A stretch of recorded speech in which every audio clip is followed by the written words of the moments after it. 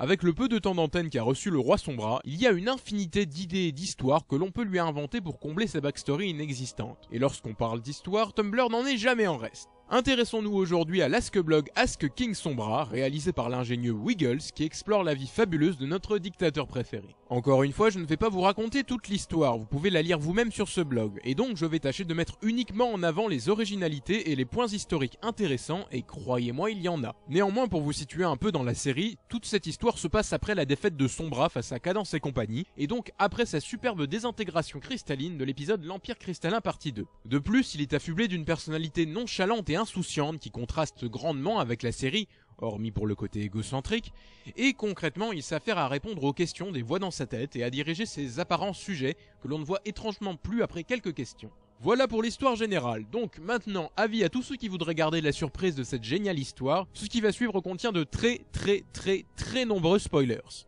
Je vous aurais prévenu. Tout d'abord, on apprend que notre cher roi Sombra et son animatrice de talk-show personnelle qui l'a contraint à rester à son château nommé Coffee Talk ne sont pas tous les deux dans le monde qu'ils croient être. En effet, quelques péripéties après le début, les deux se rendent compte par une fissure dans le mur du château et après l'apparition de la princesse Luna qu'ils sont en fait prisonniers du subconscient de Sombra, logé dans sa corne cassée où celui-ci s'est replié spirituellement de manière involontaire, emportant au passage la pauvre Coffee Talk qui a été absorbée accidentellement par la brume noire de Sombra. Cette perspective est plus qu'intéressante et si on enlève le côté monde intérieur, elle se constitue comme la continuité la plus logique pour expliquer un éventuel retour de Sombra dans la saison 4. De plus, sauvegarder son âme au sein de sa corne n'est pas quelque chose que le commun des licornes peut faire. Les pouvoirs de Sombra pourraient-ils être si puissants qu'ils peuvent braver la mort? Nécessairement, Sombra est vraiment très spécial, et ce potentiel est encore à exploiter canoniquement. À charge supplémentaire, ce qui contraste vraiment avec le peu de lui que nous a laissé entrevoir la série, et attention, tenez-vous bien, il sait dire autre chose que Crystal et Slaves.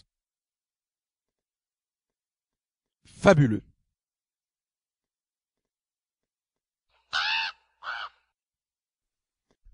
Non, plus sérieusement, la grande différence est que, comme je l'ai déjà dit, il est drastiquement plus gentil.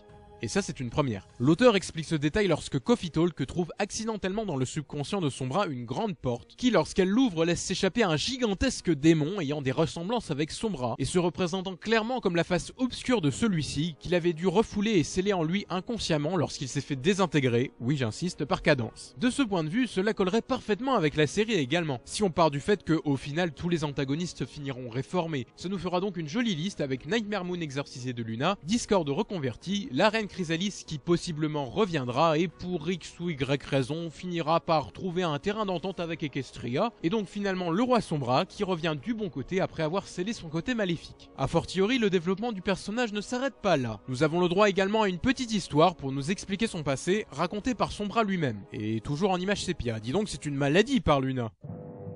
L'Empire Cristallin était dirigé par... Oh non, c'est pas vrai, mais Grande Célestia, c'est encore le même effet. Les gens vont en avoir marre à force. Mettez-moi un truc dynamique, bon sang de bois.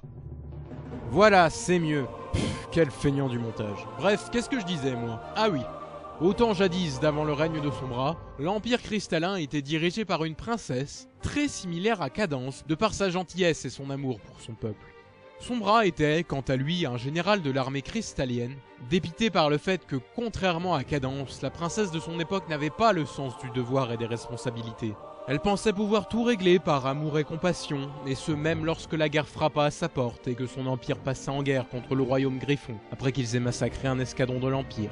Sombra était révolté de voir son pays se faire dévaster et conquérir alors que la princesse ne faisait rien car elle ne voulait pas la guerre. Il finit donc par se plonger dans des livres de magie noire pour obtenir une puissance capable de vaincre les Griffons, ce qu'il réussit à merveille. Après qu'il venait de revenir d'une croisade réussite pour repousser les armées griffoniennes, au lieu de recevoir les félicitations qu'il espérait, il fut gravement réprimandé par la princesse pour avoir agi de manière si sanglante et d'avoir utilisé de la magie noire, alors qu'il venait de sauver l'Empire au péril de sa vie. Cet événement provoqua en lui une incompréhension et une colère furieuse. Ne supportant plus cette princesse qu'il jugeait injuste, faible et incompétente, il l'empoisonna mortellement et prit sa place à la tête de l'Empire, ce qui le corrompit au passage totalement et l'abandonna à la magie noire.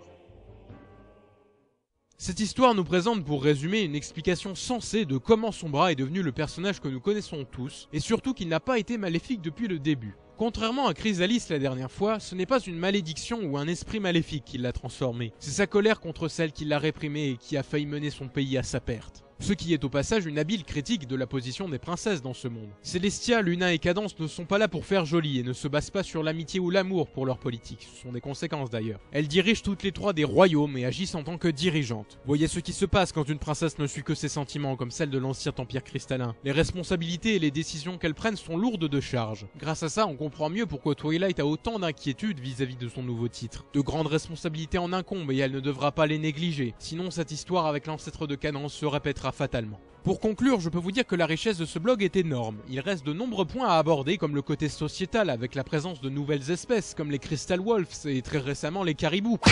Oui, les wapitis je voulais dire. Comme quoi tout le monde s'accorde à dire vraiment que l'Empire cristallin est le Canada, vu que les wapitis sont une espèce vivant dans les montagnes américano-canadiennes. Je ne vous parlerai pas plus de cet as-blog, déjà parce que je vous en ai trop dit, mais aussi car vraiment il vaut plus que le détour. Juste par les différents tournants scénaristiques très réalistes à la série, comme l'histoire de la corne de son bras et la possible reformation de celui-ci, ce blog relève à être lu. Ajoutez à cela une backstory réaliste et vous avez un fabuleux as-blog qui a tout pour être passionnant. Comme quoi, les questions ne font pas tout, l'histoire est toujours capitale, et je vous le rappellerai autant de fois que je serai là.